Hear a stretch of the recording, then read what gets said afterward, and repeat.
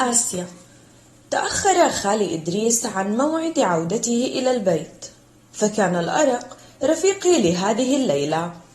عدت بذاكرتي إلى 11 من فبراير قبل 6 أعوام، اليوم الذي تغير فيه عالمنا الذي نعرفه. كان صباحا ككل الصباحات التي عشناها وعاشتنا، إلى أن الكتب فقدت الحبر الذي به كتبت.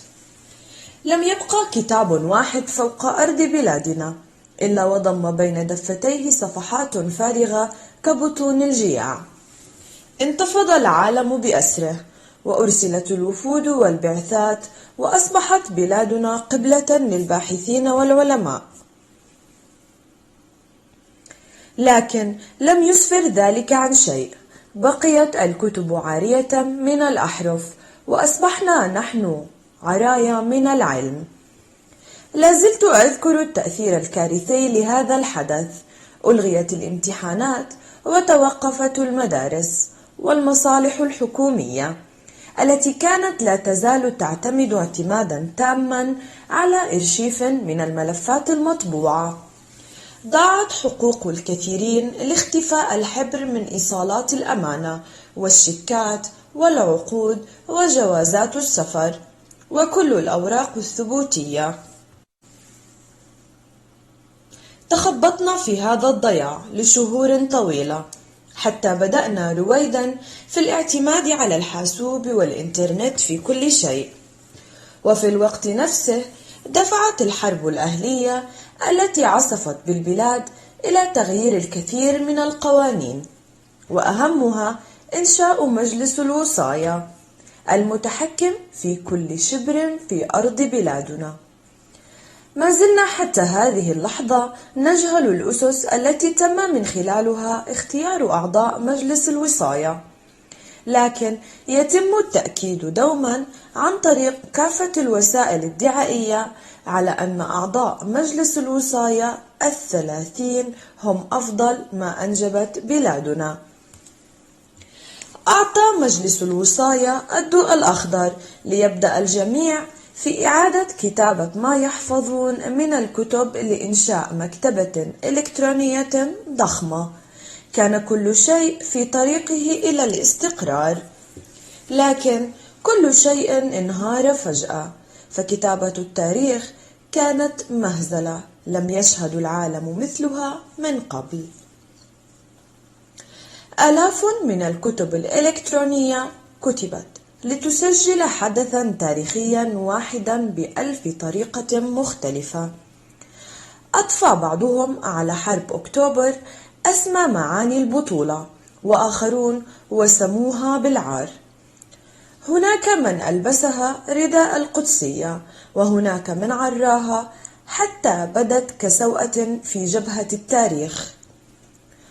أما المضحك المبكي أن زمرة من الكتاب شحذوا طاقات أناملهم لتكذيب أنباء الحرب ونفي وقوعها من الأساس. هذا ما طال تاريخ بلادنا جديدة وقديمة.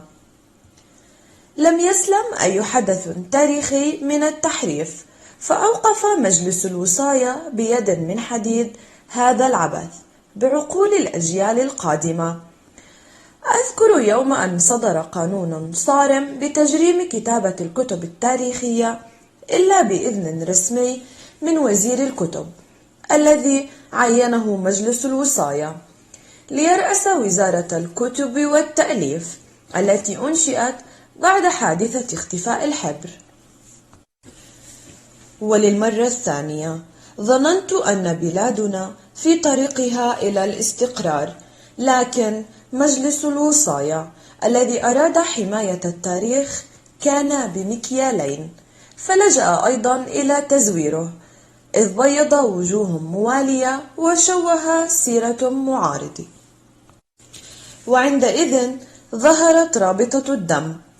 توقفت عن الاسترسال في أفكاري عندما ضجت أذناي بطنين رهيب غير محتمل. انتبهت لصوت الباب يفتح، فنهضت لأستقبل خالي إدريس. أحاطني بذراعين حنونتين، وقبل بحنان رأسي كما هي عادته. كان صوته متعبا بعد يوم حافل بالعمل في متجر الأنتيكات الذي يملكه، ورغب في النوم مباشرة، لكنني أخبرته أنني أنتظره من أجل العشاء، فلم يكسر بخاطري. يقولون في الأمثال: الخال والد، وأنا منذ 12 لا أملك أبا غيره، بل لا أملك أحدا على الإطلاق. هو الكف الذي تمسد جبيني في المرض وتمسح دموعي في الألم وتشد على عضدي وقت الشدة. عندما يسافر عدة أيام من أجل أعماله تغيب رائحة عطره من البيت، سارقة معها الكثير من راحة بالي. ما كدنا نلتف معا حول طاولة الطعام حتى اخترق صوت سرينة سيارات الشرطة حين الهادئ، فتوجهت فزعة إلى الشرفة، وقد سبقني خالي إدريس إليها محذرا: آسيا، لا تخرجي إلى الشرفة. لم أستطع الامتثال لأوامره، استندت بكفي إلى السور وأنا أحاول الاعتماد على حواسي النشطة لأعرف ما يجري. كم أكره لحظات الترقب، إنها كافية لتذهب بعقلي. ضمني خالي إلى صدره متمتما ألا أخاف، وأن كل شيء سيسير على ما يرام. لكنني كنت أعلم أن لا شيء سيمر على ما يرام، وقد كان حدسي في محله، إذ انطلقت صرخات أرسلت الفزع إلى قلوبنا. تشبأت أكثر بالسور وأنا أسأل خالي أن يخبرني بما يحدث. إنها تلك اللحظات التي أكره فيها عجزي. لم ينبس خالي ببنت شفة، ازدادت الصرخات طعنا في فؤادي. عندما ميزت صوت صاحبتها فصحت ملتاعة وأنا أجذب ذراع خالي إدريس. سلمى جارتنا، إنهم يأخذونها. خالي أرجوك افعل شيئا. ضمني خالي إلى صدره أكثر فدفعته عني وأنا أرفع نحوه وجها باكيا: أرجوك لا تسمح بذلك. كنت أعلم أنني أحمله ما لا يطيق، لكن ما يحدث فوق طاقتي أنا الأخرى. أتاني صوته خفيضا منكسرا ليقتل بداخلي كل ذرة أمل في إنقاذ سلمى. لا أحد يمكنه أن يفعل شيئا، تعرفين ذلك يا آسيا. يبدو أن الشرطة علمت أنها إحدى عضوات رابطة الدم. لا شيء يمكنه إنقاذها الآن. لم أجد مسندا لرأسي سوى صدره العريض. لم تفلح كلماته المواسية في أن توقف عبراتي. همست بصوت بحه اليأس: ألن ينتهي ذلك؟ لم يجب على سؤالي، لكنه أكد بحزم: سنستمر في المقاومة بطريقتنا الخاصة. رابطة الدم هي أملنا الوحيد. رفعت رأسي فسارع بمسح عبراتي بكفيه وطبع قبلة حانية فوق جبهتي. سألته بحرارة وأنا أعرف الجواب: لكننا نفقد كل يوم المزيد من الضحايا، نراهم أمامنا يتعذبون ويعانون دون أن نتمكن من تخفيف آلامهم. أسيستمر ذلك إلى الأبد؟ لكنه فاجأني هذه المرة بإجابة أنعشت فؤادي: لن يستمر إلى الأبد. يوجد حل، لكنه لا يزال في طور التجريب. هتفت بلهفة: حقا؟ وما هو؟ ربط خالي إدريس ظهري وهو يردف: ليس الآن، كل شيء في حينه، وحتى هذا الحين أريدك قوية كما اعتدت دائما أن أراك، آسيا التي لا تفقد إيمانها أبدا. استلقيت فوق فراشي وقد احتار عقلي ما بين التفكير فيما ينتظر سلمى من مصير أسود والحماس لهذا الحل الذي أشار إليه خالي. أعلم أنه لن يخبرني إلا عندما يحين الوقت المناسب، فخالي لا يولي أي اهتمام بفضول المرأة الذي هو أقرب لفضول قط، حتى إنهما كثيرا ما يتشاركان المصير ذاته. الكتاب الذي لم يقرأه أحد، ما وراء الحكاية. انتبهت إذ حملني البشري الذي اشتراني بعدة جنيهات أصاب الغضب مني سهما عندما احتك وجهي بساعده المبلل بالعرق والمكسو بالشعر الخشن، حتى وددت لو أنتزعهم من جسده شعرة شعرة. هذا البشري أحمق ولا يعرف كيف يعامل كتاب مثلي. أسقطني أرضا ثم عاد ليحملني، فصار وجهي شطر السماء، وقد علق به حبات رمل وآثار بصقة لبشري قذر مر من هنا منذ وقت ليس بالطويل. وضعني فوق المقعد الخلفي لسيارة كانت كقطعة من الجحيم، امتصت من كل الهواء حرارته. دقائق قليلة واكتشفت بأصعب الطرق أنه سائق سيء جدا. انكفأت على وجهي في الدواسة، انتظرت ليعيدني إلى المقعد فلم يفعل. علق بوجهي وظهري المزيد من الأتربة. كادت نيران الغضب أن تشعل كل صفحة من صفحاتي عندما فوجئت بعلكة عالقة بالجانب الأيسر من وجهي. أخرجني من وعاء القذارة الذي يحسبه سيارة بعدما توقف أخيرا أمام مبنى مرتفع، ومنه إلى داخل شقة بسيطة ثم غرفة تحوي مكتبا. وهذا كل ما انتهيت إليه قبل أن يلقي بي فوق سطح المكتب بعنف ارتج له جسدي كله. أخذ يدندن بصوته الرديء كلمات أغنية وطنية حزينة تحكي عن المآسي والجراح، تطفح بالتشاؤم والآلام. هذا ما يجيد المقهورون فعله، الهرب إلى الذات. يشيدون بداخلها صومعة للاكتئاب. كاد بريق إبريقا من المياه فوق وجهي، فانتفضت صائحا: انتبه أيها الغبي! تسمر في مكانه كشجرة عمرها 1000 عام، ثم التفت حوله في بلاهة ممتزجة برهبة قذفت بالبهجة إلى نفسي: بشري أحمق. نعم، أنا أحدثك أنت. تحولت البلاهة إلى قسمات جادة، والرهبة إلى نظرات مرتعبة. منحتني المزيد من البهجة، خاصة عندما اتفق يتساءل وينادي على صاحب الصوت ليكشف عن نفسه. فلما تجاهلت مطلبه أمسك بعصا لا أدري لما يحتفظ بها هذا الأبله في مكتبه، وأخذ يفتش في الغرفة ذات الباب المغلق ويهدد ويتوعد: وما ذنبي إن كنت أعمى لا تراني؟ سألت ذلك بلا مبالاة، ثم أوليت اهتمامي لتفقد كل صفحة من صفحاتي لأعاين ما أصابها من أضرار. ولا يزال البشري يقلب الغرفة رأسا على عقب بحثا عني.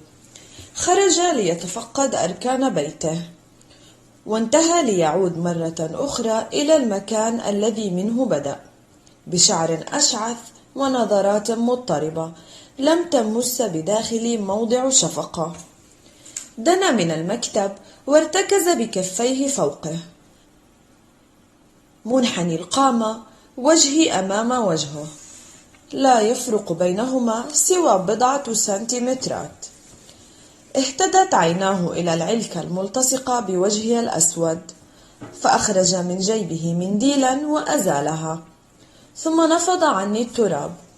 غمرني ذلك بالراحة، وأثار في نفسي نحوه بعض الامتنان، فهمست حتى لا يرتعب: انظر أمامك. اتسعت عيناه في خوف وهو يمررهما فوق الأغراض الموضوعة فوق المكتب، لتستقران في النهاية نحوي. نعم، أنا من أحدثك. دفعني بيده ثم قفز للخلف عدة خطوات يهز رأسه بعنف قائلا: مستحيل، كتاب يتحدث، هل هذه خدعة؟ تجاهلت كل صيحاته وتركته في تخبطه، فلم يكن لدي رغبة في التعاطي مع كل هذه الطاقة المهدورة. عدت ثانية لتفقد الأضرار بعد هذه الدفعة. دنا مني يتلجلج، وألقى الانبهار في عينيه يتهدج. همس بكلمات كانت بعيدة عن مواطن فهمي، مسني بأصابع مرتعشة كرقصات الضوء الأصفر من المصباح المتدلي من السقف. توقفت أنامله عند ندبة طويلة تتوسط وجهي. همس مجددا: مستحيل. كنت غاضبا على البشر جميعهم، غضب يزلزل الجبال الراسيات، بيد أنني لم أستطع تجاهل لمساته الحانية. تكاد تطيب مئات السنين من مرارة الإهمال، فللكتب ضعف خاص تجاه لمسات بني البشر. توسل إلي بشغف امتلأت به عيونه: أرجوك تحدث مرة أخرى، أرجوك. لفني صمت القبور ولم تفلح توسلاته في فضه. كنت متعبا كثيرا. آخر ما لاحظته قبل أن أركن إلى السكون لافتة صغيرة تزين مكتب البشري، كتب فوقها بلون الدم: دكتور أكرم سراج. ماهر: أنا قاتل. قتلت جدتي وعمتي وزوجها وابنها الحقير شاب، الذي كان يطعنني بكلماته كلما حل على بيت جدتي زائرا. أمك قتلت أباك وتركتك وهربت مع عشيقها. قتلت زميلي محفوظ في الصف الثاني الإعدادي بعدما أفشى سري للناظر عن هروبي من فوق سور المدرسة، فضربني الناظر بالعصا حتى تكسرت في يده. قتلت من علمني شرب الخمر والمخدرات ولعب الورق، وبعد توبتي عنهم قتلت من أرغمني بسخريته وتهكمه على دخول المسجد لأتقي لسانه. قتلت كل امرأة علمتني كيف أشغلها ثم أدعسها بحذاء المقلد. قتلت الباشا الذي أدين له بالمال، وعدني أن يصبر، لكن عمر صبره كان قصيرا كعمر الفراشات. ثم أخيرا قتلت نفسي، بحسب قاعدة التحليل النفسي التي تقول بأن الرغبة تساوي الفعل. إذن فأنا قاتل ومقتول. كان يريحني عقد محاكمات خيالية أكون فيها قاضيا يحكم بالعدل. لكن بت أتخيل كل شخص أكرهه وأنا أجره إلى مقصلة الإعدام وأنفذ فيها الحكم بنفسي. ترى لو تخلص كل منا ممن يكرههم، هل ستكون الدنيا مكانا أكثر جمالا، أكثر سعادة، أكثر متعة؟ بالتأكيد نعم، لأن الأرض ستكون خالية منا عن بكرة أبيها. لو آن للجماد أن ينطق لأغرقنا جميعا باللعنات. اقتحم محاكمتي صديقي شريف، دنا من فراش غرفة الطوارئ هاتفا وعيناه تجولان بجرح ذراعي المضمد بالشاش. ماهر، هل أنت بخير؟ هززت رأسي مجيبا وأنا أنهض: بخير بخير، سأخرج الآن. ما إن تحركت بنا سيارة شريف حتى أمطرني بالأسئلة. كنت أعرف أنه سيفعل. لو كان لي أخ من دمي لما اهتم بأمري أكثر مما يفعل شريف. ماذا حدث يا ماهر؟ من فعل هذا بك؟ لماذا لم تخبر الشرطة؟ وأين سيارتك؟ أسندت مؤخرة رأسي إلى ظهر المقعد وأغمضت عينين لم تنعما بالنوم طيلة الليل. ففي المرة الوحيدة التي نجحت فيها في أن أتشبث بأعتاب النوم، اقتحم أحلامي وجوه الأربعة رجال وهم يتقدمون نحوي يطعنونني، حتى تحول جسدي إلى خرقة بالية بلا قطرة دم واحدة. كنت أرغب فقط في أن أريح عقلي من التفكير، لكنني عرفت أن النوم غلبني عندما أيقظني شريف قائلا: هيا يا ماهر، يجب أن تستريح. تحملت على نفسي حتى وصلت إلى البيت. ساعدني شريف على إخراج المفتاح من جيبي، فتح الباب ثم رجع خطوتين إلى الوراء. دخلت وأنا أنادي أروى. خرجت من المطبخ وقد اتسعت عيناها وهي تعاتبني: ماذا فعلت بنفسك؟ أجبتها هادئا: نيولوك. ثم أشرت إلى غرفتها وأردفت: شريف معي. استرقت النظر إلى الباب الموارب وهي تهمس بغنج: ألا يزال صديقك الوسيم غير مرتبط؟ رميتها بسهام الغضب فابتعدت عني ضاحكة. ضمت الجلسة كوبين من الشاي الثقيل وشطيرتين باردتين بالجبن ومستودعا للأسرار ورجلا أوشك على الانهيار. بيتك مزبلة حقيقية. هل يلقي الجيران نفاياتهم عندك؟ همست بضيق: أم تهاني. أخرجت هاتفي وأجريت اتصالا مع المرأة التي تحججت بكثرة أعبائها، لكن 50 جنيها إضافية كانت كافية لنسف كل العقبات. ألقيت الهاتف فوق الطاولة الزجاجية بعنف أحدث شرخا في كليهما، لكن لم يكن ذلك بأسوأ من الشرخ الذي تتصدع به أركان حياتي.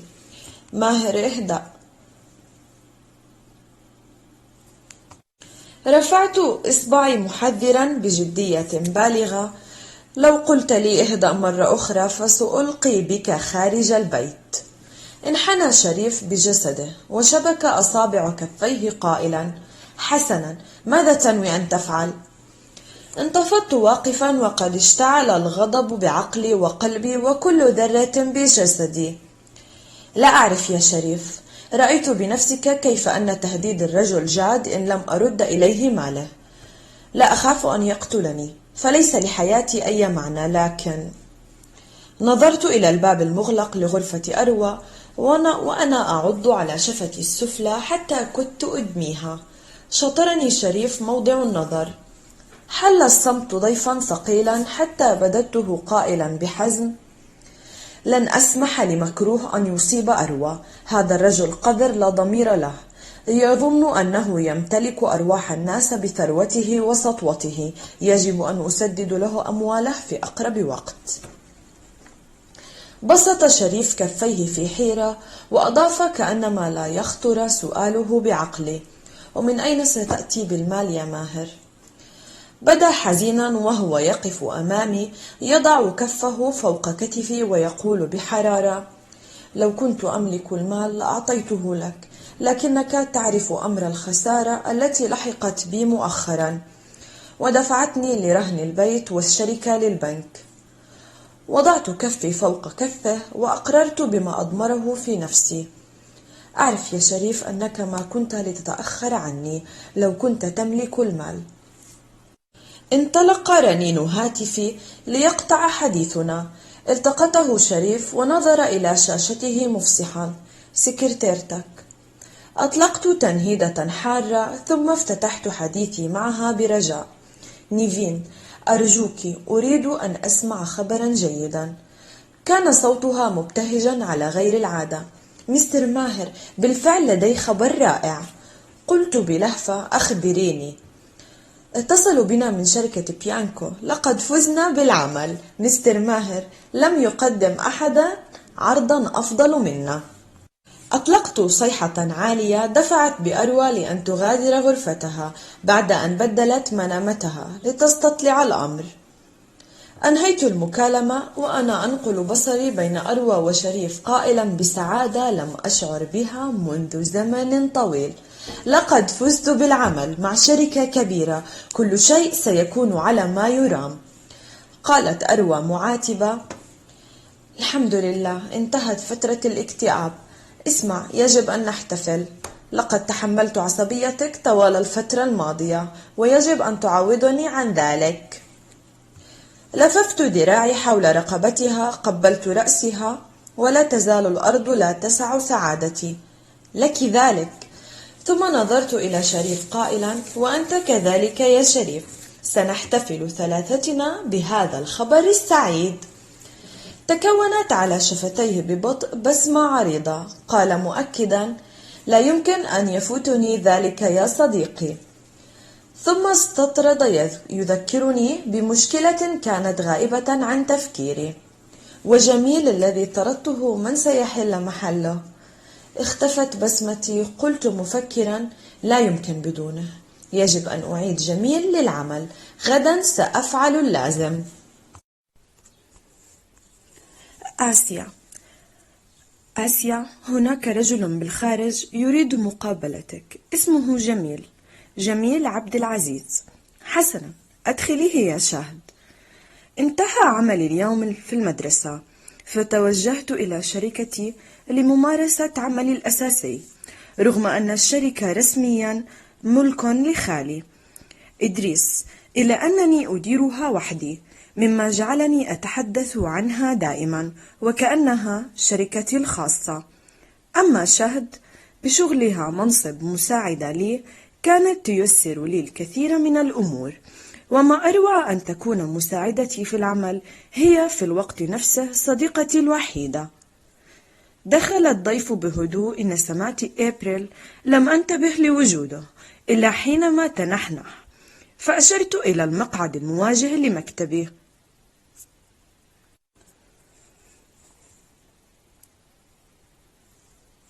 وطلبت منه أن يتفضل بالجلوس. سألته عما يشرب، فالتقطت أذناي التوتر في صوته. حفز ارتباكه من تركيزي، فاستندت إلى المكتب بذراعين أحدهما فوق الآخر وأصغت السمع. بدأ حديثه متلعثما وهو يصدر صوتا غريبا لم أتبين مصدره. أنا قدمت إلى هنا أعني. تنحنح مرة أخرى ثم استطرد، ولازلت أجهل مصدر الصوت الغريب. أحد أصدقائي نصحني بالقدوم لمقابلة الآنسة آسيا، قال أنها ستساعدني. أنا آسيا، كيف بإمكاني مساعدتك؟ عاد للتلعثم مرة أخرى وكلماته مغلفة بحرج كبير. أنا أبحث عن عمل. انتظرت منه المزيد من الإيضاح، فاستطرد. كنت أعمل في شركة صغيرة للاستيراد، ولكن صاحب الشركة طردني من العمل بسبب تأخري على أحد الاجتماعات. ثم أضاف بلهفة: لم يكن التأخير ذنبي، فأنا ملتزم بمواعيد العمل، لكن تعرضت للسرقة يومها، وللأسف لم يقبل مدير الشركة اعتذاراتي. أخبرته أنني أقدر حاجته للعمل، لكنني لا أعمل في الاستيراد، فعجلني. أعلم ذلك. أنا في الأساس عملي ليس له علاقة بالاستيراد. سأشرح لك.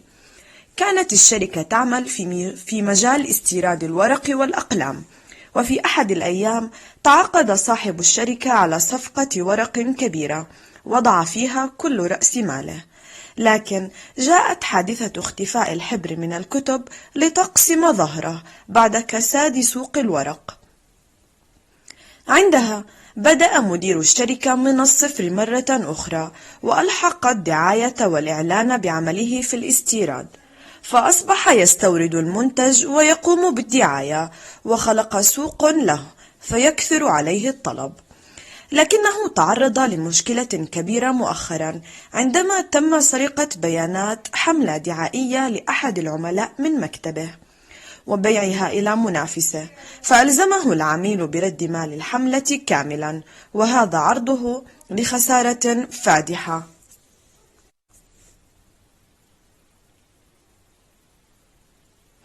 عملي أنا كان يتعلق بخلق أفكار دعائية مبتكرة، وبحسب شهادة البشمهندس ماهر فإن عملي وجهدي هما سبب نجاح شركته ووقوفها على قدمها من جديد.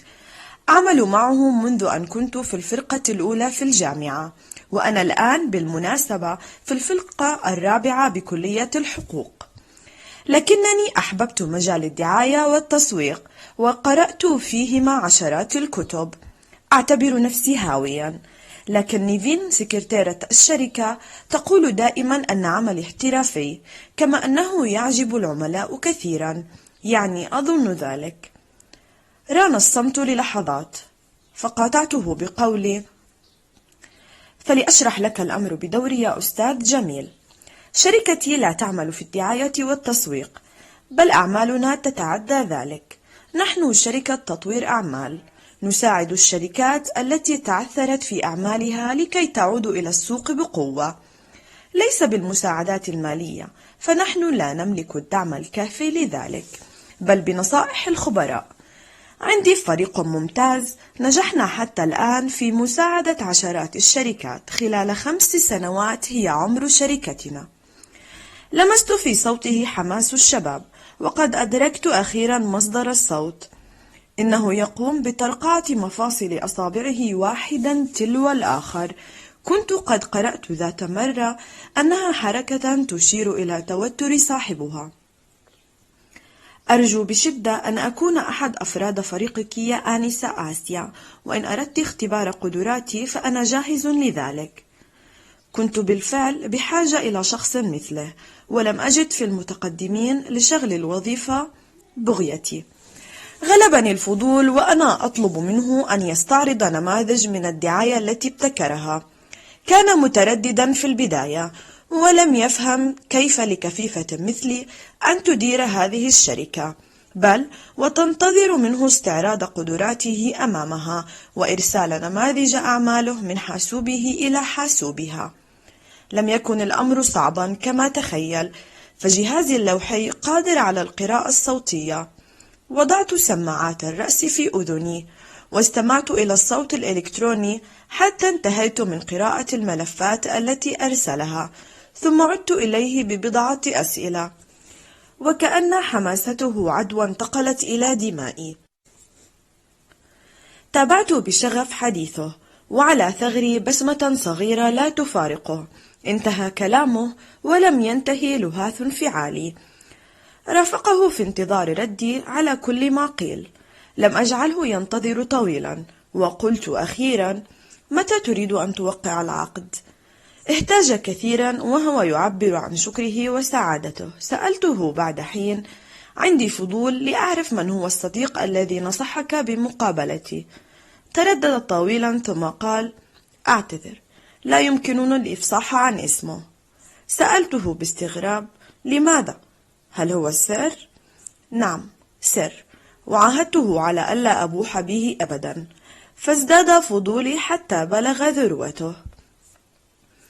وقفت في مطبخ بيتي أعد طعام العشاء. صوت التلفاز ينبعث عاليا من غرفة المعيشة. لا أحد في البيت سواي، ولا غير صوت التلفاز مؤنسا لوحشتي. اعتدت على رفع صوته عندما أكون وحدي في البيت. هكذا أتغلب على رتابة الوقت حتى يعود خالي إدريس في المساء. أكره الوحدة، وأحب أن يكون بجانبي رفقة. أحب الاستماع إلى صوت أنفاس تتردد من حولي. أشعر بدفئها حتى وإن لم تقترب كثيرا مني.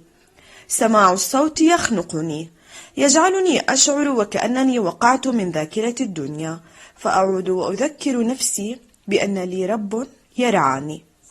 لعلي أكسر بذلك التابوه التقليدي الذي انطبع في أذهان الناس عن الفتاة الكفيفة التي تتقوقع حول نفسها ولا تجيد سوى التحسر على أطلال مصباحين لن يضيئا أبدا. أعرف جيدا ما فقدته، لكنني أيضا أعرف ما يمكنني أن أكسبه. أشعلت النيران تحت وعاء الحليب، ووضعت بداخله قطعة زجاجية دائرية، وانتظرت أن تصدر صوت تخبطها المميز عندما يبدأ السائل في الغليان. طاف بعقلي ما حدث في الصف اليوم. كنت أتحدث إلى طلابي عن من يدعي بأن كل ظل يطابق أصله فإنه واهم أو مخادع. لا يوجد ظل مطابق لأصله. علميا فإن الظل ثنائي الأبعاد، لا يقاس إلا بالطول والعرض. أما الأصل فهو ثلاثي الأبعاد، إذ أن له ارتفاعا أو حسب نظرية أينشتاين هو رباعي الأبعاد لوجود بعد رابع وهو البعد الزماني. توقفت لألتقط أنفاسي ثم تابعت: لا تلقوا بظلالكم على المجتمع وتنتظرون منه احترام كيانكم والانتفاع بوجودكم. لا أحد ينتفع بظل، لا أحد يهتم بظل، لتكونوا مجرد ظل يمشي على الأرض ثم تتباكوا أن الناس تستحقكم بالأقدام. انطلقت ضحكة هازئة عرفت صاحبها. تجاهلي لضحكته الأولى في بداية الدرس دفعه للتمادي، لذلك قلت بحزم: هل تراني ألقي عليكم النكات يا أمجد؟ أجاب بوقاحة حسبتها متعمدة: نعم، كلامك بالنسبة لي مجرد نكتة، لكنها نكتة سمجة. تحديته ببرود: لو كانت سمجة كما تقول لما أضحكك، أليس كذلك؟ إذن اسمحي لي أن أخبرك بنكتة سمجة أخرى. ثم استطرد دون أن أسمح له: نحن العميان. شدد على مخارج حروف الكلمة كما يفعل دائما، ثم أردف بنبرة متهكمة: تريدين منا أن نكون جزءا من هذا المجتمع الذي يحتقرنا، ليس فقط مجرد جزء بل جزء عامل متفاعل. لا أدري في أي عالم مثالي تعيشين، لكن في عالمي الجميع ظلال تسحق بالأقدام، مبصرون وعميان. هتفت بحماس: أحسنت، لقد قلت شيئا عظيما. خمنت أن الحيرة لابد وأنها تعتلي قسماته الآن، ودلل عليها صمته. فأردفت بالحماس نفسه: لأول مرة تضع المبصرين والعميان في كفة واحدة، حتى ولو كانت كفة لا تسع الجميع، لكن لا يهم، ففي ذلك تقدم ملحوظ في طريقة تفكيرك. هم بالحديث فقاطعته بحزم: وأنا أجدر على أن أتنقل بين اللين والحزم في الوقت الذي أريد، ولولا ذلك لفقدت زمام التحكم في صفي. لا ينقسم الناس في رأيي سوى إلى قسمين: قادر وعاجز. العاجز المثير للشفقة هو ذاك الذي يختار بإرادته أن يعيش تحت الأقدام.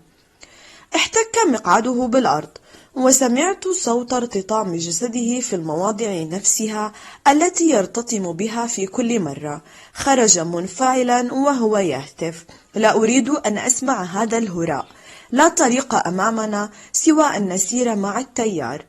لا يسير مع التيار سوى السمك الميت يا أمجد، فهل أنت سمكة حية أم ميتة؟ توقف، وقع حذاؤه على الأرض لثانيتين قبل أن يكمل سيره مبتعدا. ثانيتين كافيتين لأعرف أن كلماتي تركت فيه أثرها. استعدت تركيزي عندما أرقت بعض الحليب وأنا أصب منه في كوبي المفضل، فنظفته وأنا أحلم أن أنجح يوما في تنظيف ما زرعوه داخل عقل أمجد من هزيمة نفسية.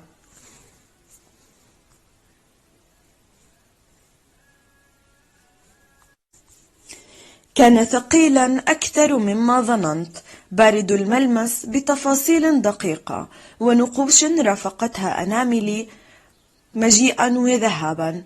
نقلت أناملي إلى البطاقة الملتصقة فوق طاولة العرض، وتحسست الحروف البارزة بطريقة برايل لهذه الكلمات: سيف مقلد للسيف الدمشقي الخاص بصلاح الدين الأيوبي، والذي كان يعرف بالسلاح السري، ذو الثلاث خواص الخارقة: حدة الشفرة، خفة الوزن، خاصته الميكانيكية الفريدة التي تمكنه من قطع سيوف أعدائه وليس رقابهم فحسب. ظل السر حبيس دولة صلاح الدين، حتى أعلن الباحثون بعد قرون أن السيف يحتوي على أنابيب كربونية، والتي صارت اليوم قمة تكنولوجيا علم المواد متناهية الصغر. انتهيت من القراءة بالتزامن مع صوت خالي إدريس: قطعة فريدة، إنها تقليد مماثل تماما للأصل. التفت إليه وقد ملأني السيف رهبة. وأين السيف الحقيقي الآن؟ حملت نبرات صوته من الحزن ما حملت من الغضب وهو يجيب: كل ما يهمني أن أعرفه أن تمثال صلاح الدين الموجود في دمشق سرق سيفه تحت أنظار الجميع، أي أن السيف لم يعد في يد فارسه. أضفت بمرارة غلبتني: ولا القلم؟ أمسك كتفي بقبضتين محكمتين وقال بصوت بقوة قبضتيه: لذلك رابطة الدم هي أملنا الوحيد. في الحقيقة لم أكن في البداية من أنصارها، لكن بعد فترة أدركت أن لا سبيل لنا سواها حتى نتمكن من قول لا أمام تلك القوانين المتعنتة التي تمنعنا من كتابة التاريخ، والتي تسمح فقط لعدد محدود من الكتاب المأجورين الذين يمنحهم مجلس الوصاية تصاريحا رسمية بالكتابة فيها. يكتبون تاريخا يزيف الحقائق، تاريخا مفصلا كالترزي الذي يصمم أردية حسب رغبة زبائنه. تشويه التاريخ يعني تدمير مستقبل أولادنا وأحفادنا، ولم نكن لنسمح بذلك مطلقا. كانت رابطة الدم ملاذنا الوحيد حتى لا نصير سمكا ميتا. فرت مني تنهيدة حارة، ثم قلت وأنا أبحث عن تأييده: خالي، نحن نفعل ما في وسعنا، أليس كذلك؟ بالطبع، لا يوجد أعظم مما نفعل. نحن نصنع من دمائنا حبرا نخضب به صفحات الكتب. شاء الله أن يكون الدم هو المادة الوحيدة التي تبقى فوق الورق ولا تختفي، الشيء الوحيد الذي تمكنا به من تدوين التاريخ في الكتب بعيدا عن صفحات الإنترنت المراقبة من قبل مجلس الوصاية. رابطة الدم هي الحارس الوحيد للتاريخ، للحق، هي السيف الذي نحارب به الكتاب المأجورين لتزوير التاريخ وفقا لأهواء مجلس الوصاية. نفس صدري عن تنهيدة أخرى. قلت: لكن ليس بغير ثمن يا خالي. عجلني بحزم: لا يوجد شيء بغير ثمن يا آسيا، لا توجد حرب بلا ضحايا. ومتى تنتهي الحرب؟ حروب السلاح تتوقف، لكن حروب الأفكار لا تنتهي أبدا، حتى وإن هدأت ظاهريا، إلى أنها كالسوس الذي ينخر في الألياف الداخلية للخشب. لن يظهر شيء على السطح إلا عندما يأتي على أساسه نقطة ضعف حيوية واحدة تهدم كيانا بالكامل. ثم أردف بحزم أكبر: لست مسؤولة عن الماضي ولا المستقبل يا آسيا، أنت لك الحاضر فقط.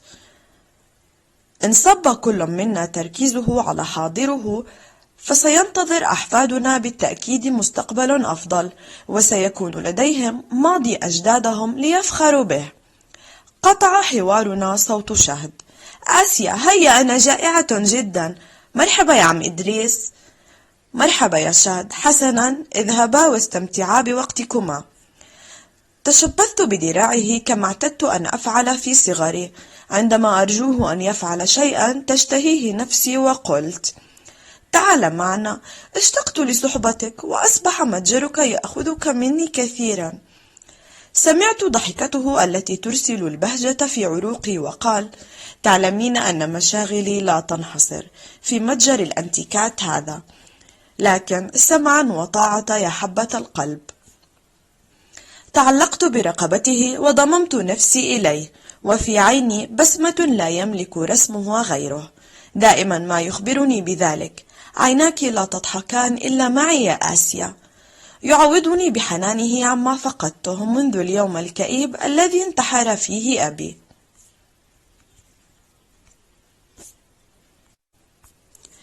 ماهر. اقتربت منه بعدما انفض من حوله الجمع، وعلى وجوههم أمارات الانبهار. استقبلني الحاوي بوجه مشرق، وكأن صاحبه لم يعرف ألوان الهموم، لكن المكياج الذي صبغ به أسفل عينيه كان رديء النوع، فلم يفلح في إخفاء بصمات الإرهاق والسهر. كان يمسك بأوراق الكوتشينة في يده، أو كما يحب أن يسميها أوراق الشدة، مجموعة من الشرائح الرقيقة تلتصق كل شريحتين معا، واحدة شفافة وأخرى سوداء اللون، وتظهر الكتابة فيما بينهما باستخدام حبيبات ذات لون متوهج. خلط ورق الكوتشينة أمام ناظري، ثم توقفت أصابعه بشكل عشوائي عند ورقة في منتصف مجموعة الأوراق، ورفعها أمام وجهي وأمرني أن أتذكرها. كانت ورقة أسبستوني. تأكدت من أنني الوحيد الذي يراها، فوجه الورقة كان لي وظهرها له. صببت كل تركيزي على متابعة لعبته. أمسك بيد واحدة مجموعة الأوراق، وبالأخرى خلطها بشكل عشوائي، ثم أراح المجموعة بين أصابعه. لم تكن مضغوطة فوق بعضها، بل رخوة بعض الشيء. وبهزة واحدة من يده خرجت من منتصف الأوراق ورقة واحدة فقط، وسقطت فوق الطاولة. أمرني بالتقاطها، ففعلت. قلبته، فصعقني أنها ورقة الأسبستوني التي نظرت إليها في البداية. أذهلتني اللعبة، فسألته كيف تمكن من إسقاط الورقة الوحيدة التي رأيتها. تعالت ضحكاته، ثم غمز بعينيه قائلا: قرأت أفكارك. نزعت مجموعة أوراق اللعب من يده وقلبتها في يدي ورقة ورقة. كنت أظن أن المجموعة كلها تحمل شكل أسبستوني، لكن أذهلني أنها مجرد أوراق لعب عادية ككل أوراق اللعب. كيف إذن أسقط الورقة الوحيدة التي رأيتها؟ هل قرأ أفكاري حقا؟ حتى وإن قرأ أفكاري وعرف شكل الورقة، كيف سقطت هي بالذات بين 51 ورقة أخرى بمجرد هزة واحدة من يده؟ سألته مرة أخرى كيف فعلتها، وهل يبوح الحاوي بسره؟ تذكرت كم المال الذي يحويه جيبي، والذي بالكاد يكفي لاحتفال اليوم. للأسف لن أتمكن اليوم من إقناعه بأن يبوح لي بسر خدعته. فجأة مس الحاوي قبعته بكفه، واستند بالأخرى إلى الطاولة. أمسكت بذراعه وأنا أسأله بقلق عما ألم به. نزع عن رأسه قبعته السوداء التي لا تفارقه، فرأيت للمرة الأولى صلعته يلمع فوقها انعكاس أشعة الشمس، فتغير انطباعي عنه في ثانية. لم يعد الرجل الغامض الذي يذهلني كل يوم بجديده. بدا لي لأول مرة بشريا خالصا، لديه من النقص والضعف ما نملكه جميعا. لم أظن أن غياب شعر رأسه سيحدث في نفسي هذا الأثر، حتى عندما كان يهرب من بيته صارخا بجنون ليمنع الجيران من دس المنوم في عروق جسده النحيل. لم أره ضعيفا وقتها، بكامل زيه الأسود الذي لا يفارق جسده. أرحته فوق مقعد بالحديقة، وجلست صانعا من جسدي دعامة لجسده الرخو. رويدا استعاد قوته. ترى كم يوما تستطيع الأدوية التي يتعاطاها أن تبقيه مستيقظا؟ راقب حركة السيارات دون أن ينظر إلى عيني التي كانت بدورها شاردة عنه، تنظر بعيدا إلى آخر نقطة تتصل فيها السماء بسقف إحدى البنايات. تعلقت أنظاري بنصف سحابة، بينما يختفي نصفها الآخر خلف إحدى البنايات، كما لو كانت تلتهمها في صمت. ماذا لو كانت تلتهمها حقا؟ أنا بخير. التفت إليه أسأله ما لا يحتاج إلى جواب. لماذا تفعل ذلك بنفسك؟ لم أنتظر منه الجواب، ولم ينتظر مني إعادة السؤال. انطلق بغتة صوت مكابح سيارة تبعها صرخات لا تنقطع. فزعنا إلى مكان الاصطدام. انخلع قلبي من صدري لمرأى دماء غزيرة تتوسطها جثة امرأة محطمة تحت العجلات بلا رأس تقريبا. يبدو أن المسكينة مزقتها عدة سيارات قبل أن يتوقف الطريق. سأل أحدهم في إشفاق عن سبب الحادث، وانصرف آخرون في إصرار للبحث عن مذنب. على الأرض جلست امرأة تبكي وجسدها ينتفض بقوة. دنوت منها وجثوت على ركبتي أمامها، فرفعت رأسها نحوي وكأن مسا من الجنون أصابها. قالت: قلت لها لا تفعلي، فقالت: لم أعد أستطيع النوم. أنا أيضا لم أعد أستطيع النوم، وأعرف أنني يوما ما سأفعل مثلها. جمدتني كلماتها في مكاني، وعقدت عن الكلام لساني. همست وفي عينيها نظرات فزع رهيب، تنظر نحوي بعيون تدور في كل اتجاه وكأنها لا تراني. أخاف على صغاري من كل شيء، من الهواء ذاته. لا أتحمل أن يصيب أي منهم مثقال ذرة من سوء، لكنني كلما نمت أحلم بنفسي مدفوعة لأن أعذبهم، أقتلهم، أمزقهم، وأسمع صرخاتهم من الألم تمزق أحشائي. زلزلتني كلماتها، وأثقلت عيوني بالدموع نظرات الألم في عينيها. شعرت وكأن أحدهم يمزقها من الداخل، تتقطع أوصال روحها وتتقلب فوق نيران عذاب ضاري. لكن الجسد الذي يراه الجميع من الخارج سليم لا تشوبه شائبة، جريمة واضحة الأركان، جريمة بغير دليل، جريمة كاملة.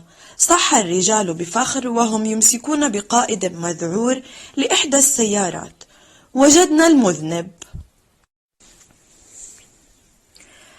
حدقت في أروى وهي تضيف الحليب فوق المثلجات الآيس كريم وتأكلها في تلذذ. سألتها عن سبب إضافة الحليب، فاسترقت لي النظر وهي تلعق معالق منه بأصبعها وتقول: لأنه يجعل المثلجات أكثر برودة على لساني. كيف حال دروسك؟ ألم تخبرك جاسوستك؟ تلاقت نظراتنا في تحد. كم تشبهني هذه الفتاة، تشبهني أكثر مما أحب. أردفت وهي تضع بفمها آخر قطعة: ألن يأتي صديقك شريف؟ أنا جائعة جدا. قلت مداعبا بمزاج رائق: افتقدته كثيرا. بما أنك الشخص الوحيد على هذا الكوكب الذي يبدأ بالتحلية قبل العشاء، إذن فلا ضير من الانتظار قليلا. جلت بنظري في أرجاء المطعم الأنيق. يجب أن أشكر شريف على اختياره، المكان أكثر روعة مما ظننت. عندما حدثني عنه على الهاتف تأملت قائمة الطعام المدونة فوق شاشة صغيرة ملتصقة بكل طاولة، والتي تمكنني من طلب الطعام بنفسي بالضغط على الأصناف المطلوبة. سادت مثل هذه القوائم مطاعم بلادنا منذ حادثة اختفاء الحبر. حوت قائمة الطعام أرقاما تتألم لها محفظتي، لكنها ليلة للاستمتاع وقد استحققتها. ماهر، انظر من هنا. تتبعت نظرات أروى وهي تشير نحو طاولة إلى يساري تبعد عنا ب3 طاولات. تجمدت الدماء في عروقي للحظة، ثم عادت تندفع بقوة ألهبت أعصابي. أشحت بوجه المحتقن إلى يميني، سحقا لذلك. ماذا يفعل هذا البغيض هنا؟ استرقت النظر إليه مرة أخرى، وعندما تنبهت إلى هوية مرافقه استبد بي الضيق. لم يكن الرجل الأول سوى شهاب ابن عمتي الذي لم أبغض في العالمين مثله، أما الآخر فكان مدير شركة بيانكو. ماذا يفعل هذان معا؟ لما جمع القدر بينهما؟ أم أن الدناءة ما زالت تجري في عروق ابن عمتي المدلل وأراد سرقة العمل مني؟ لن أسمح له. أمرت أروى أن تلزم مكانها. عدلت عن مظهري وأنا أحمد الله أنني الليلة مكتمل الأناقة. تتزحم الماركات العالمية فوق جسدي، ومن الصعب أن ينتبه أحد إلى كونها مقلدة. تجاهلت شهاب تماما وكأن مقعده لا يحمل سوى الفراغ. استدعيت ابتسامة ورسمتها فوق وجهي. أحنيت قامتي قليلا ثم وجهت حديثي إلى مدير شركة بيانكو. بدأ يومي بشكل رائع، لكنني لم أظن أنها نهايته ستكون أكثر روعة. سعدت برؤيتك يا سيدي. رجلا وقورا في عقده السادس، تنطق عيناه بالحنكة، وترسم تضاريس وجهه لوحة ألوانها مزيج من الخبرة والقوة والذكاء. رقص قلبي طربا عندما حياني بحفاوة، خاصة وأن هذا الحقير يتابع الحوار في اهتمام. لو كنت أعرف أنك متفرغ الليلة يا باشمهندس ماهر لكنت دعوتك للانضمام إلينا. وإذا سعادتي في مهدها عندما أشار إلى شهاب قائلا بتقدير ملحوظ: الباشمهندس شهاب عز الدين شريكي الجديد، الباشمهندس ماهر صاحب شركة الدعاية التي قررنا التعاقد معها، ومن المقرر توقيع العقود في الغد. وكأن هذا لا يكفي، أضاف شهاب ملحا على الجرح قائلا بصوت ذكرني بكل ما أود أن أنساه: لا داعي لتقدم أحدنا للآخر، لقد تربينا معا ماهر ابن خالي. وهل يجرؤ على قول تربينا معا؟ كلا، لم نتربى معا يا ابن الأثرياء. كنت أمضي ساعات الليل محبوسا في خن الدجاج ببيت جدتك الفقير، بينما أنت تعيش لاهيا عابثا خارج البلاد في ربوع الدول العربية مع عمتي وزوجها. وجهت حديثي إلى مدير شركة بيانكو ولازلت على تجاهلي لشهاب. بالطبع كان سيشرفني الانضمام إليك سيدي، لكن بالتأكيد سنعوض ذلك في لقاء آخر. فعجلني بدعوته، ولماذا مرة أخرى؟ إن لم تكن بصحبة أحد فتعال وانضم إلينا. أشكرك سيدي، لكن أختي الصغيرة معي وأنتظر صديقا لي. فأردف بالترحاب: لا مشكلة، سنسعد كثيرا إن انضممتم إلينا. أنا سعيد للغاية أنك وشهاب أقرباء. هيا هيا تفضلوا. عدت إلى مكاني، أشرت للنادل لأعلمه بتغيير الطاولة من أجل الفاتورة، ثم اصطحبت أروى إلى الطاولة التي تجمع رجلين في أيديهما مستقبلي، بل حياتي كلها. جلس مدير شركة بيانكو إلى رأس الطاولة، عن يمينه شهاب وعن يساره أنا ثم أروى. لحظات وانضمت إلى الطاولة فاتنة تليق بصحبة شهاب، جلست جواره وهي تنظر نحونا في تساؤل. قام شهاب بمهمة تعارف ثقيلة قدمها إلينا كخطيبته مي. اكتفيت بهزة من رأسي وأبعدت أنظاري عن كليهما. إن كنتم أقرباء فلماذا لم تحضروا حفل خطبتنا؟ التزمت الصمت. تكفل شهاب برد مجامل وبسمة كالحة: بعدت بيننا السنوات، لو كنت أعرف لماهر وأروى طريقا لكنت دعوتهما بالتأكيد. كاذب، مخادع، حقير، ما كنت لتفعل، كنت لتخجل منا. وجهت مي حديثها إلى أروى ممازحة: اسمك أروى؟ اسم غريب، وكأنه أراد أن يكون مروى ثم غير رأيه. أتبعت ذلك بضحكة مجلجلة شاركها فيها مدير شركة بيانكو، بينما اكتفى شهاب بنصف ابتسامة. نظرت إلى أروى لأجد نارا تشع من أذنيها كالتنانين في أفلام الرسوم المتحركة، نارا لا يراها إلا من يعرفها جيدا، تحرق الأخضر واليابس وما تحتهما. وأنت مي، أليس كذلك؟ علمت أنه اسم أنثى القرد، يا لها من مصادفة. تبادل الفتاتان نظرات محاربين من الساموراي، فاتخذ كل رجل حول الطاولة لنفسه ساترا. باغتني شهاب بضربة رباعية: لم أعرف أنك التحقت بكلية الهندسة يا ماهر، أم أنه مجرد لقب لا علاقة له بدراسة الهندسة. ثم أردف مفتعلا الضحك: كنت تكره الدراسة وتحب اللعب وافتعال المشكلات، حتى إنك نلت من جدتي عقابا أكثر مما يناله المحكوم عليهم في القضايا الجنائية. رحمه الله، كانت امرأة ثقيلة اليد. قالها وتحسس أسفل عنقه. فضج الملتفون حول الطاولة بالضحك.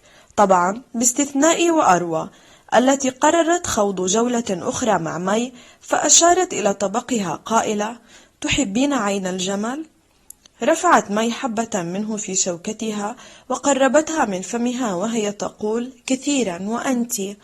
لا أحبه أبدا، فهو يذكرني بشكل المخ، وكأنك كسرت جمجمة أحدهم وجلست لتلتهمي مخه. جفلت مي وأعادت النظر إلى حبة عين الجمل. رفعت كأس المياه إلى فمي لأخفي ابتسامتي. استطردت أروى وهي تميل نحوها: هل تعرفين أن الأثرياء في بعض البلدان يأكلون أمخاخ القردة؟ يكسرون رأس القرد ويقدموه في صحن ليؤكل مخه طازجا. دوما تساءلت: هل عين الجمل التي تقدم فوق الأرز في المطاعم الراقية خرجت فعلا من قشرة حبة مكسرات، أم هي أمخاخ مجففة لأجنة قرود؟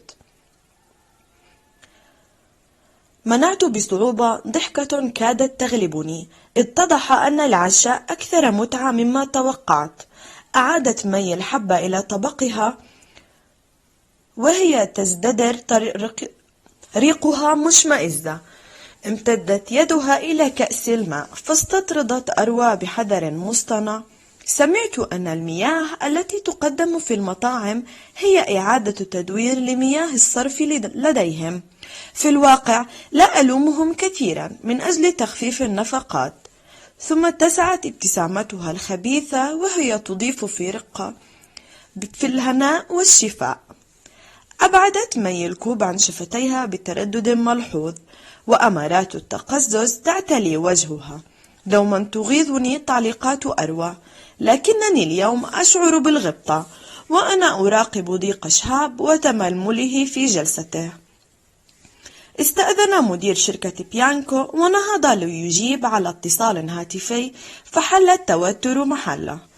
لا نتبادل نحن الأربعة كلمة واحدة، فقط نظرات لها 1000 معنى.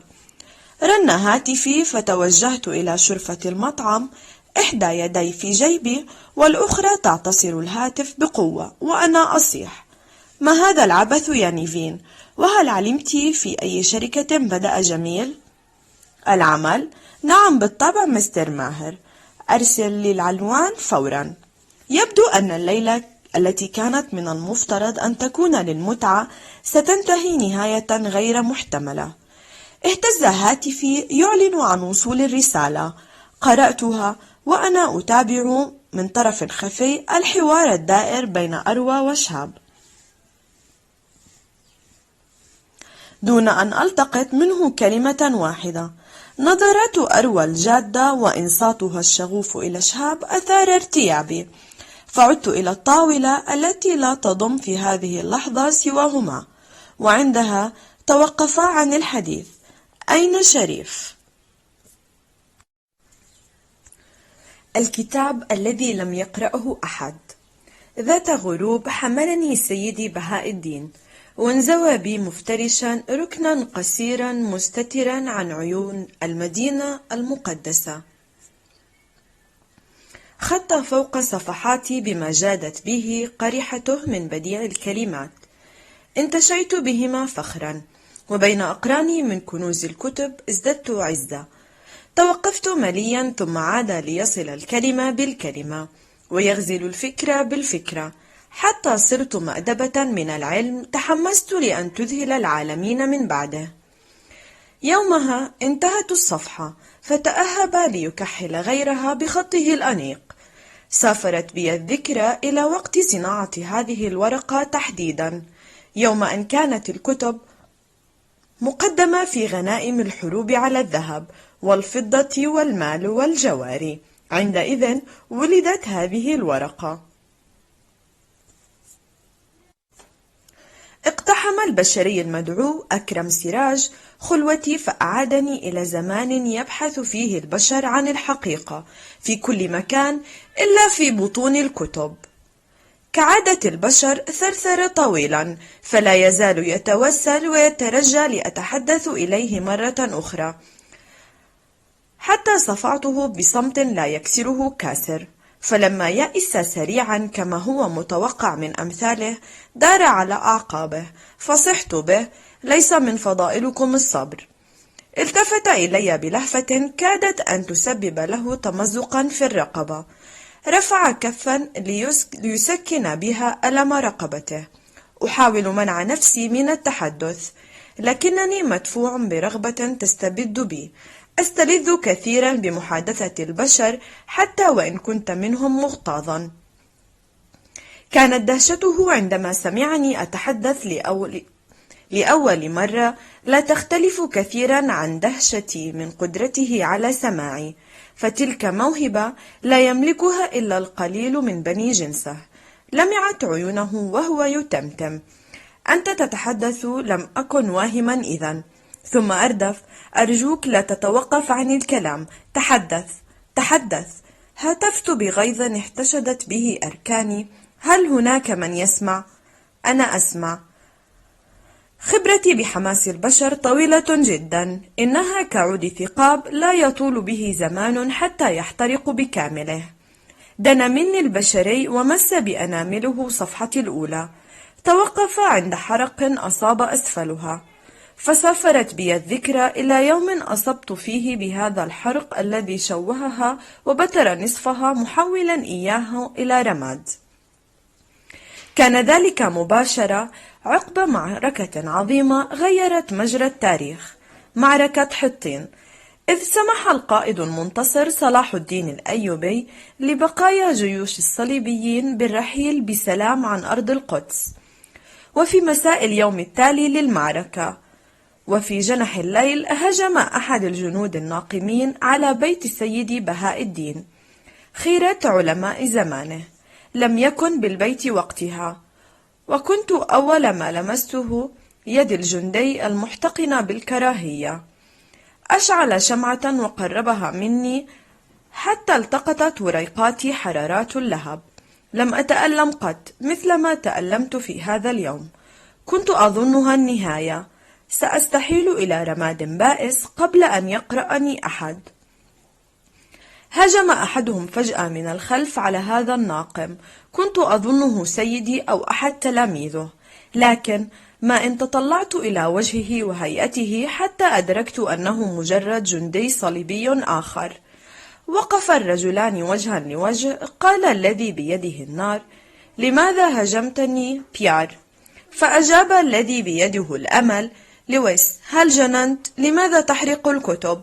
ولماذا تهتم؟ إنها مجرد هرطقة بعض المسلمين المشعوذين. حاول المدعو بيار نزعي من قبضة زميله دون جدوى، فهتف به وهو يسترق النظر إلى الباب في وجل: اسمع لويس، دعنا نرحل من هنا، وسأشرح لك ما يجول برأسي. لن أرحل قبل أن أحرق هذا المكان. لا تفعل لويس، أرجوك، إنها الشيء الوحيد الذي فزنا به في هذه الحرب. أي عبث تتوفه به بيار؟ ألم تعلمنا الكنيسة أن علوم المسلمين من الشيطان؟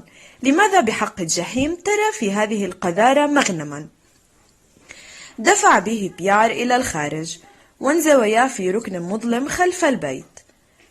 هز بيار رأسه نفيا وهو يهمس: ليست من الشيطان لويس. ألم ترى كيف ما زلنا نعالج المرضى بالسحر والأدعية، بينما هنا في الشرق يجرون على أجسادهم عمليات معقدة بأدوات لم نسمع بها من قبل. ألم ترى كيف فشل الدعاء والتعاويذ في إنقاذ قائدنا ريتشارد عندما سقط صريع المرض، ولم يسترد صحته إلا بعدما أرسل له صلاح الدين أحد أطبائهم. لقد علمت الكثير أثناء تحدثي مع الناس هنا. استرق نظرة إلى الطريق قبل أن يعود بأنظاره إلى لويس قائلا: لقد رأيت بنفسي كيف عالج أطباؤهم الجرحى، وكيف يضبطون أوقات صلواتهم واتجاه قبلتهم بأجهزة معقدة. هل رأيت في المعركة أسلحتهم التي تمتزج فيها مواد خاصة يلقون بها فوق رؤوسنا فتمطرنا بنار حارقة؟ هذا ليس سحرا شيطانيا لويس. ثم همس بجدية بالغة كمن يبوح بسر خطير: إنه علم. هز لويس كتفيه بلا مبالاة وهو يسأل باستخفاف: وماذا سنفعل به؟ برق الحماس في عيني بيير وهو يقول: سنأخذه معنا إلى أوروبا. هذه هي معركتنا القادمة. أي معركة؟ معركة الوعي. إن فزنا فيها فسنخرج أوروبا بكاملها من عصورها المظلمة. لم أعد أرغب في أن أرى بلادي تعيش في ظلام بينما النور يضيء بلاد الشرق يرفلون في نعيم عصرهم الذهبي. لم أعد أرغب في أن أرى طبقات البراز الكثيفة تكسو شوارع بلادي بينما يملكون في كل بيت مكانا لتنظيف أجسادهم وفضلاتهم. لم أعد أرغب لويس في أن أرى بلادي غارقة في الجهل والخرافات والقمل والمرض. لا أريد أن يبقى العلم والنظافة والصحة حكرا على بلاد الشرق. سنتوجه إلى أوروبا وبيدنا مشعل العلم لنضيء به عقول أبنائها يا رفيقي. حكى لويس رأسه وقال: ولكن لا يمكننا أن نحمل كل هذه الكتب معنا تحت مرأى من جنود صلاح الدين. أنارت بسمة واسعة وجه بيير وهو يقول: لن نأخذها لويس، فرفاقنا الذين سمح لهم صلاح الدين بمغادرة القدس سيكون بحوزتهم هذا العلم في أغراضهم، والأهم في رؤوسهم وصدورهم. ظننت واهما أنني نجوت أخيرا، إلى أن هذا لويس قلبني بين يديه. كشفت بسمته عن أسنان صفراء نخرها السوس، ثم قال: لكن هذا الكتاب سأحتفظ به. علمت أن بهاء الدين الذي يبجلونه كثيرا يصرف جل وقته في كتابته، لهذا أردت حرقه نكاية فيه. إذن بحسب كلامك لابد أن لهذا الكتاب أهمية عظيمة. حثه بيير باضطراب وهو يستطلع الطريق بأنظاره. حسنا، هو لك، لكن أسرع هيا. أعادني صوت البشري إلى زمانه، يحثني على الكلام. يظن كغيره أن بإمكاني أن أعلمه كيف يحيا. استبد بي غضب مبعثه الذكريات والأهوال التي لاقيتها حتى وصلت إلى هذا المكان. أعتلي مكتب هذا الأحمق، فهتفت به: وهل تظن أنك تملك العقل الكافي لتفهمني؟ أجاب بسرعة وثقة لم أتعجب لهما: نعم، أملك بالتأكيد، فقد تحدث معي. إذن إليك سؤال بسيط، إن كان جوابك عليه صحيحا فسأبوح لك بالكثير. ثم أضفت بشراسة: أما إن كان جوابك خاطئا، وسيكون كذلك بالمناسبة، فسأخفي كل الحبر من صفحاتي. بتسرع الجاهل قال: اتفقنا. التزمت الصمت حتى بدأ القلق في شق طريقه فوق وجه البشري، ثم ألقيت عليه سخرية مني: أخبرني باسم أول من فك رموز اللغة الهيروغليفية. سؤال بسيط كما ترى، لابد أنهم علموك إياه في المدارس. اتسعت ابتسامته حتى بدت نواجذه، ثم قال دون أن يطلب فسحة للبحث عن الجواب: شامبليون، بالطبع، لقد أجبت بشكل صحيح كما ترى، والآن دورك لتخبرني بكل شيء عن نفسك. فلما طال صمتي دنا مني، حدثني، هتف بي، هزني، قلبني رأسا على عقب، فتحني فلم يجد سوى صفحات صماء بلا نقطة حبر واحدة. ماهر: لدينا الآن أحدث الأجهزة التي طورتها شركة بيوترونيك الألمانية، برامج مطورة تقيس معدل ضربات القلب ونسبة السكر والضغط، حيث يتم زرع حساس صغير في الصدر يتصل بالهاتف المحمول إذا حدثت مشكلة بالقلب. مع فجر الهواتف الذكية كل شيء ممكن. الآن فقط بسعر. أوقفت السيارة أمام بناية صغيرة في شارع يتميز بالهدوء، لم يكن بها مصعد، لذلك صعدت الدرجات إلى الطابق الثالث والأخير. استقبلتني لافتة مضيئة تعلو الباب، تتوسطها عبارة: شركة آسيا لتطوير الأعمال. فقط ولا شيء أكثر. ما إن دخلت حتى التقطت حاستي الشمية رائحة عنبر نفاذة. يا له من اختيار غريب للعطر. استأت عندما لم أجد أحدا في مكتب الاستقبال. خطوت بضع خطوات نحو باب مفتوح لإحدى الغرف. وجدت بداخلها جميل المنهمك في تثبيت ساعة بالجدار. كان أشبه بسمكة سلمون لديها قدرة فائقة على التكيف في أي نوع من المياه. كانت من تلك اللوحات التي سادت بلادنا مؤخرا، مرسومة بقشور ثمار مجففة وملونة. تأملت لعدة ثوان الرسمة الغريبة التي تمثل أشجارا مزروعة في أرض ذات لون أخضر زاهي. 5 أشجار، لكن بلا أوراق وبلا جذوع وبلا سيقان، فقط جذور نابتة تحت الأرض، ولا يظهر فوقها سوى 5 أعواد طويلة من القش.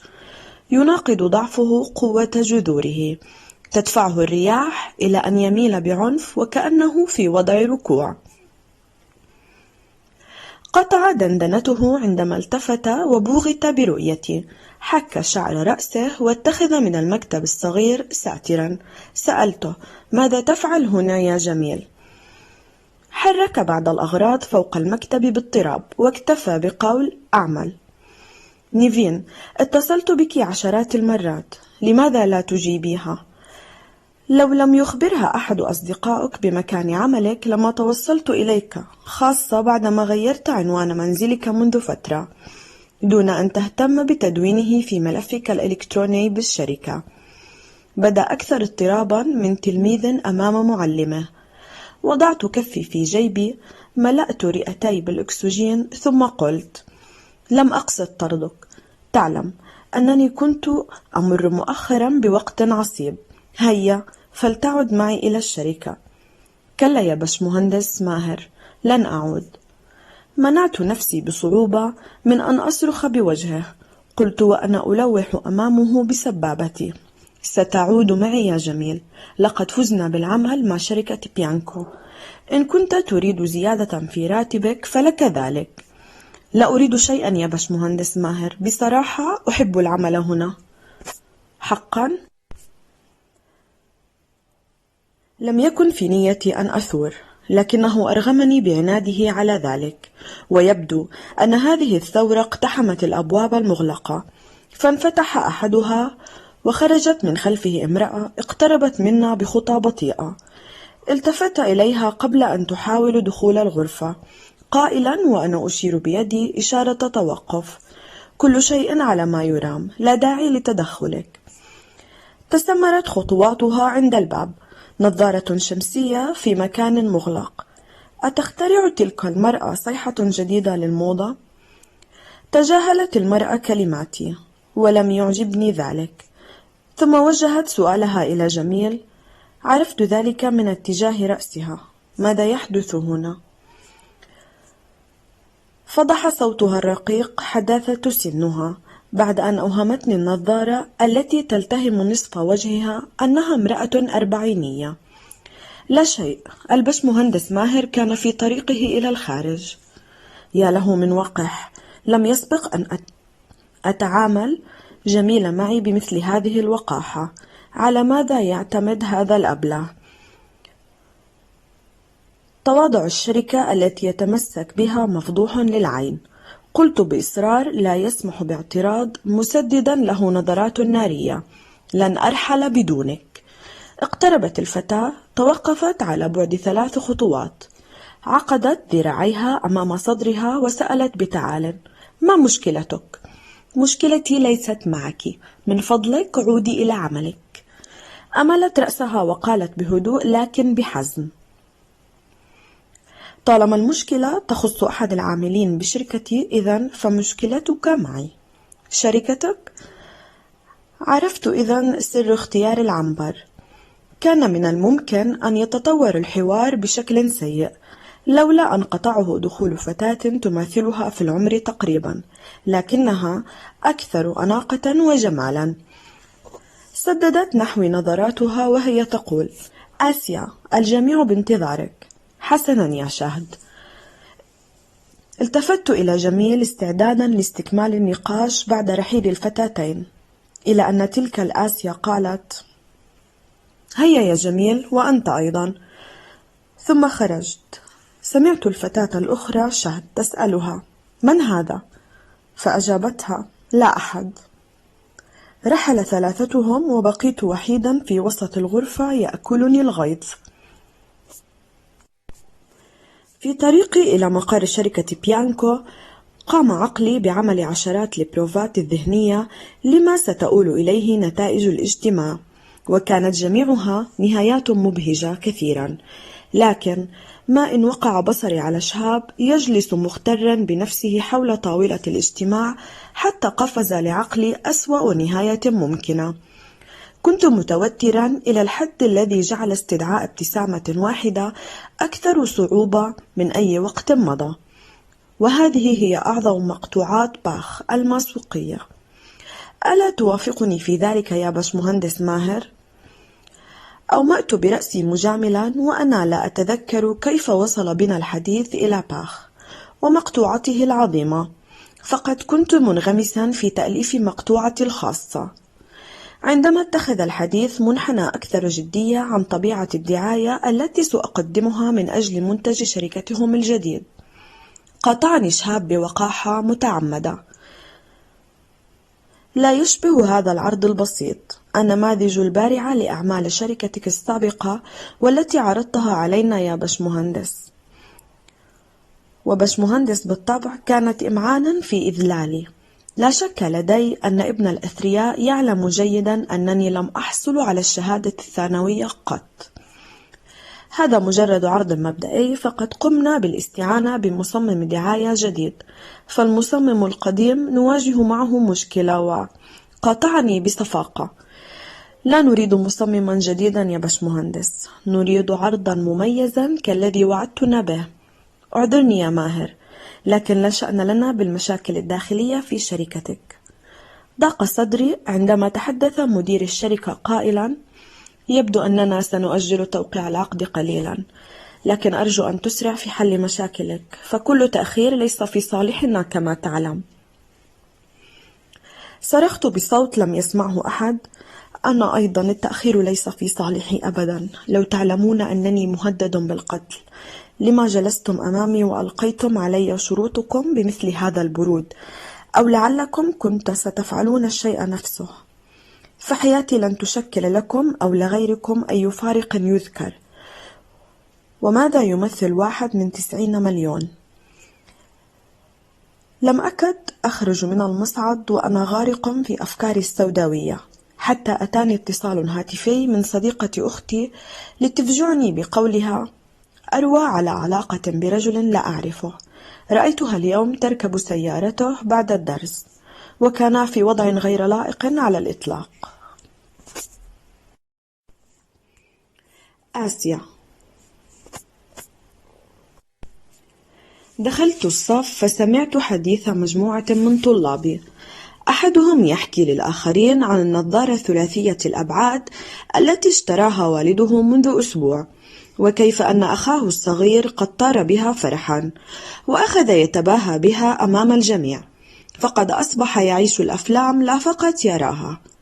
فسمعت حسن يقول لزميله: إذا تباهى أخوك أمامك مرة أخرى بنظارته، فقل له أنه لا يستطيع أن يمسك بيديه كتابا ويقرأه مثلك، لأن حادثة اختفاء الحبر جعلت كتب المبصرين بلا أهمية، أما كتبنا فقد ظلت على قيمتها، بل ازدادت قيمة بعدما لجأ إليها المبصرون لإعادة تدوين كتبهم وإضافتها إلى المكتبة الإلكترونية العامة.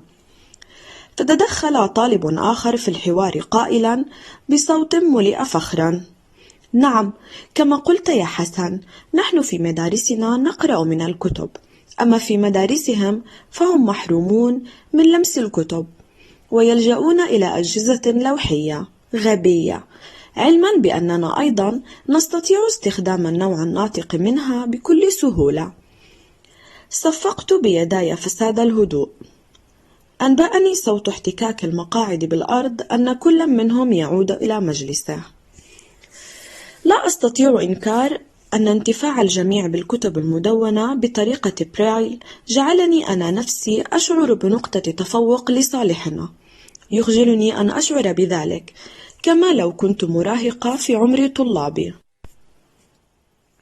أعرف أننا لسنا في مبارزة مع المبصرين يثبت فيها كل منا نقاط تفوقه، لكن على الرغم من ذلك تسرب إلى نفسي شعور خبيث بالغبطة يزداد استحواذه على نفسي كلما مست أصابعي صفحات كتاب وتشممت رائحته التي تتملك كل كياني.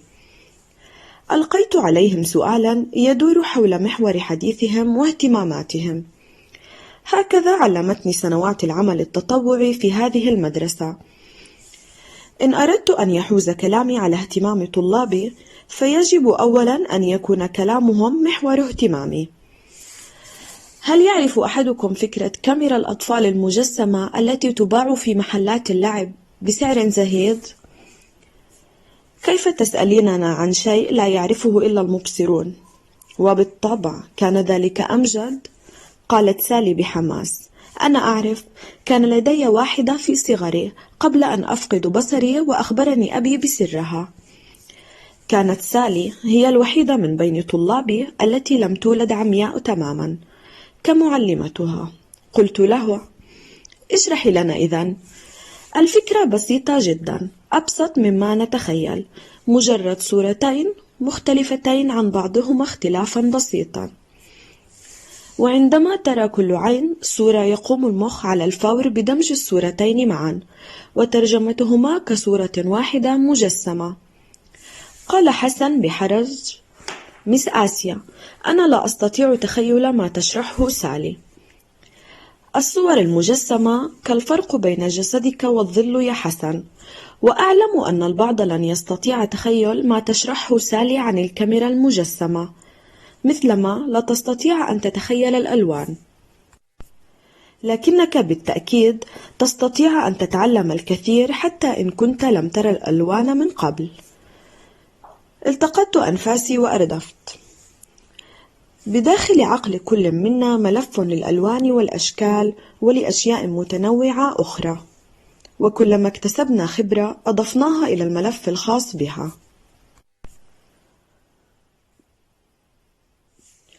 قد لا يمكنك أبدا تخيل اللون الأزرق، لكنك تستطيع أن تتعلم أنه لون مميز للبحر في الصباح ولون السماء قبل الشفق، وتعرف كذلك ما ينسجم معه من الألوان. ثم أنهيت كلامي بقول: لا نرى لا يعني أننا لا نعرف. قاطعني أمجد وكان لا يزال على حاله. لم أتقدم معه خطوة واحدة. لم تكن المشكلة في عقلي فقط، بل للأسف في عقول من حوله. قال: اللون الوحيد الذي نعرفه هو الأسود. أجبته بحدة: إنك حتى لا تعرف اللون الأسود، أنت تردد فحسب ما يقوله الآخرون بشأنك، وإذا حدثت معجزة واستعدت بصرك ورأيت اللون الأسود فلن تجرؤ على ربطه بما تسبح فيه عيناك الآن. لا يمكنك أن تعرف الأسود يا أمجد إلا إذا قارنته بألوان أخرى، وعالمك خال من الألوان. لم ينطق بحرف. رق قلبي له، وندمت على حدتي معه، فقلت بصوت حان: أنت لا تعرف الفرق بين النور والظلام يا أمجد، لذلك لا وجود للاثنين في عالمك، وإن كان الظلام موجودا فما يعيش فيه هو قلبك وليس عيناك. علمت من الأخصائية النفسية بالمدرسة أن أمجد يعاني اضطهادا في محيطه. هو شاب ذكي ولبق، لكنه مضطر لأن يخوض يوميا حربا نفسية مع والديه. لماذا؟ لأنهم يخجلون من عاهته، لا يستطيعون تقبل النقص الذي ولد به أمجد والذي جعله مختلفا عن باقي إخوته. فكان أقرب الأقربين إليه يقفون في خانة أعدائه بدلا من دعمه وتشجيعه، يحجبونه عن عيون الآخرين بدلا من دفعه للاندماج معهم. فامتلأ قلبه بغضب فوق غضب، ولأنه لا يمكنه حبس غضبه بداخله طويلا، كان عليه أن يطلق سراحه كل فترة، فقط لكي يستطيع أن يتنفس مثلما نفعل جميعا. يظن مثل أكثر الناس أن الغضب لا يمكن التعامل معه إلا بالتنفيس عنه.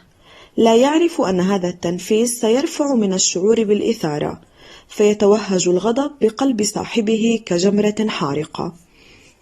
وفي نهاية اليوم الدراسي كان هذا موعده، مع تفريغ شحنته النارية بشجار عنيف أدى إلى كسر في ذراع أحد زملائه. وعندما تم استدعاء والده وعاقبته المدرسة بفصل لمدة أسبوع، غادرت المدرسة وقلبي ينفطر حزنا. لم أواجه من قبل حالة بائسة مثله. ماذا أفعل معك يا أمجد؟